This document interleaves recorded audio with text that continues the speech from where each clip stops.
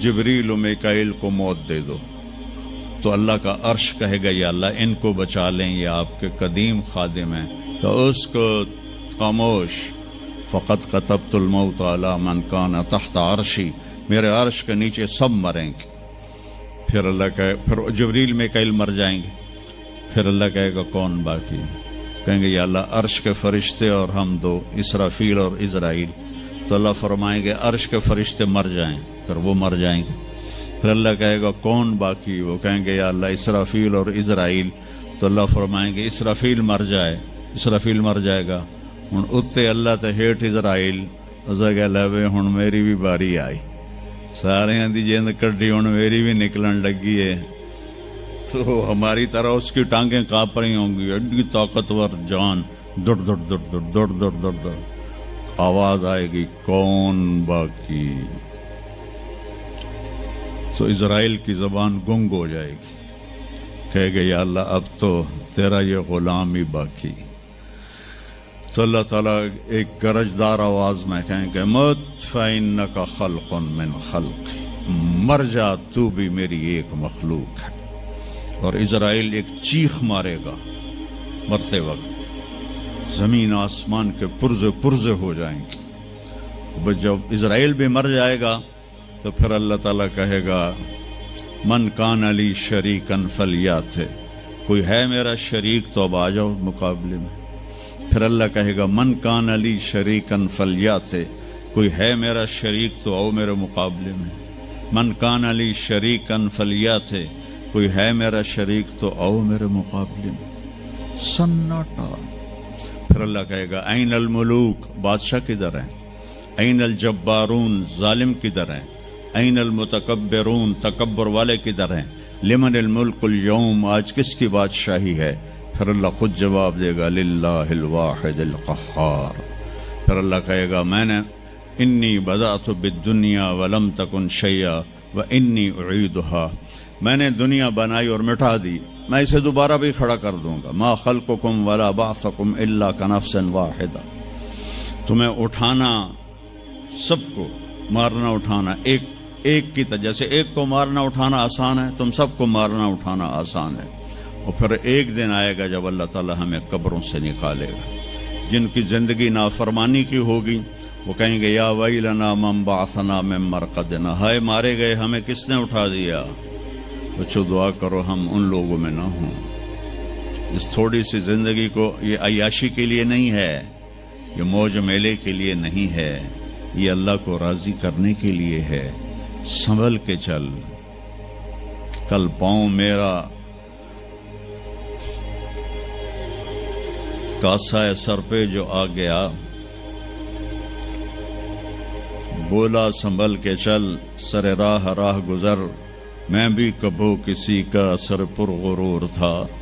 تو یہ وجود ڈھانچہ میں بدلنے والا ہے، ڈھانچے میں ہم ڈھلنے والے ہیں، ہڈیاں بکھر جائیں گی۔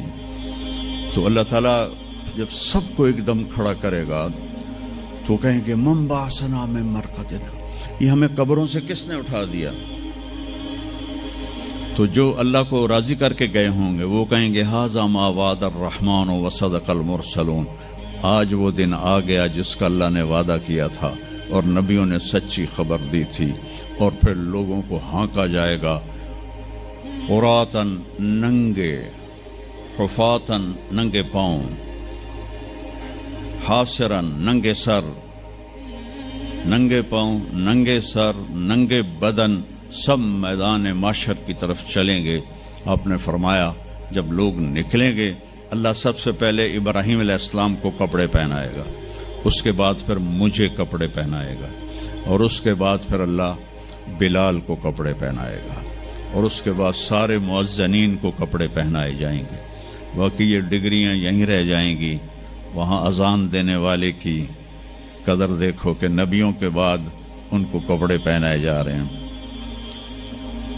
معمولی سا تاجر بھی بیچارے کو ڈانٹ دیتا تو حالی تک اذان نہیں دیتی، تو کتنے دفعہ ہو گیا سے تو حالی تک اذان نہیں دیتی۔ تو پھر جب اس طرح پیپر چھوڑے جائیں گے نا، یہاں تو آپ کو پیپر پکڑائے جاتے ہیں، وہاں پیپر چھوڑا جائے گا، اور کسی کے الٹے ہاتھ میں آئے گا خود بخود، کسی کے سیدھے ہاتھ میں آئے گا. جس کے الٹے ہاتھ میں آئے گا کہے گا ہائے مارا گیا، یا لیتنی لم اوت کتابیہ، یہ پیپر میرے ہاتھ میں کیوں آ گیا، ولم ادر ما حسابیہ، مجھے تو پتہ نہیں تھا حساب ہوگا، یا لیتنی لم اوت کتابیہ ولم ادر ما حسابیہ، یا لیتہا کانت القاضیہ ما اغنی عنی مالیہ ہلک عنی سلطانیہ. وہ کہے گا ہائے میں مر گیا، میں نے واپس کر لو، میں دوبارہ لاہور بڑے چنگے کام کرنا ہے، بڑا نیک بن کے چلنا ہے. لگے گا خذوہ فغلوہ، اس کو پکڑو اور جکڑ دو. او میرے بچوں، جہنم کی آگ سے سوئی کے ناکے جس میں دھاگا ڈالتے ہیں اتنا سوراخ کر دیا جائے اور اس سے جو آگ کا شرارہ نکلے گا وہ پوری کائنات کو جلا کے راکھ کر دے گا، اور وہ انسان وہاں گریں گے، اس میں نافرمانوں کو جانا پڑے گا. جو یہاں شرابیں پیتے رہے ان کو آگے جہنم کی گندگی پلائی جائے گی، وہ حوض کوثر نہیں پی سکتے. جو یہاں فحاشی کا شکار ہوئے انہیں وہاں جہنم کی گندگی پلائی جائے گی، وہ جنت کے پانی نہیں پی سکتے.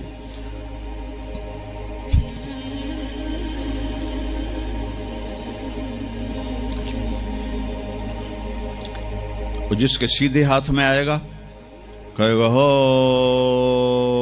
اقرؤ کتابیہ، وہ نعرہ لگائے گا، او میں پاس ہو گیا، او میرا پیپر ویکھو.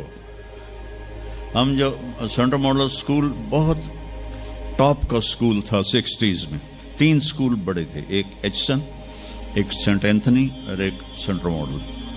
میں نے سینٹرل ماڈل میں پڑھا تو ہاسٹل میں سارے تقریباً ہم زمینداروں کے لڑکے تھے. تو جو کچھ تھوڑے تھے جابین والدین کے لڑکے وہ تو پڑھتے تھے شوق سے، اور جو ہم تھے ہمیں وہ زمین کا خمار ہوتا تھا، ہم پڑھتے نہیں تھے، وہ نقل مار کے پاس ہو جاتے تھے. تو وہ مجھے ایک عبد الواحد میرا روم میٹ تھا، اس کا نقشہ مجھے یاد آ رہا ہے اس آیت کے پیچھے. تو وہ بالکل ماشاءاللہ ہمیشہ ہی نیچے سے ہی فرسٹ آیا کرتا تھا. تو وہ میں اپنے کمرے میں بیٹھا تھا تو اس کے ہاتھ میں سے پیپر، ویا ویکھو میں پاس ہو گیا جی، او میں پاس ہو گیا جی، او میں پاس ہو گیا جی، اے ویکھو اے ویکھو اے ویکھو. تو مجھے اب وہ عبد الواحد یاد آتا ہے کہ اللہ کی قسم یہی منظر ہوگا جب سیدھے ہاتھ میں آئے گا نا پیپر، تو چاہے مرد عورت کہیں گے او ویکھو میں پاس ہو گیا، او ویکھو میں پاس ہو گیا، او ویکھو میں پاس ہو گیا. تو وہ کہیں گے تو پاس کیسے ہوا؟ وَكَإِنِّي ظَنَنْتُ أَنِّي مُلَاقٍ حِسَابِيَّ، مجھے پتا تھا میرا حساب ہونا ہے تو میں تیاری کرتا رہا، نمازیں پڑھی، سچ بول. آخرت کی تیاری کوئی مشکل ہے؟ اللہ کو ایک مانو، اس کا کوئی شریک نہیں ہے، لا الہ الا اللہ. محمد مصطفیٰ کو اس کا رسول مانو، آخری رسول ہیں، ان کے بعد رسول کوئی نہیں. پھر 5 نمازیں ہیں، کون سی مشکل ہے؟ پہلی قوموں پہ 2 نمازیں فرض تھی، ہمارے اوپر 5 نمازیں فرض ہیں. اور سفر میں عادی ہو جاتی ہے. رمضان کے 1 مہینے کے روزے ہیں، زکوٰۃ 2 منٹ کا کام ہے، حج 5 دن کا کام ہے. یہ تو عبادت کا ڈھانچہ ہے. باقی زندگی میں سچ بولو، جھوٹ نہ بولو، دیانتداری کرو، دھوکہ نہ دو، اخلاق اچھے کرو، گالی گلوچ نہ کرو، رزق حلال کماؤ، رزق حرام نہ کماؤ، ماں باپ کے آگے سر جھکا کے بیٹھو.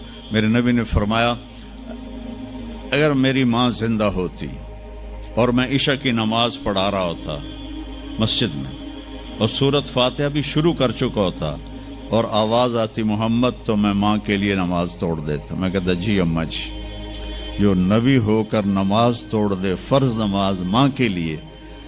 آج کی ماؤں کو بیٹے آنسو رلاتے ان کے روے. آپ سے پوچھا گیا قیامت کب آئے گی؟ آپ نے فرمایا جب بیٹیاں ماؤں کی نافرمان ہو جائیں گی. خاص طور پر بیٹیوں کا نام لیا. جب بیٹیاں بھی ماؤں کی نافرمان ہو جائیں گی تو اللہ قیامت کو قائم کر دے گا.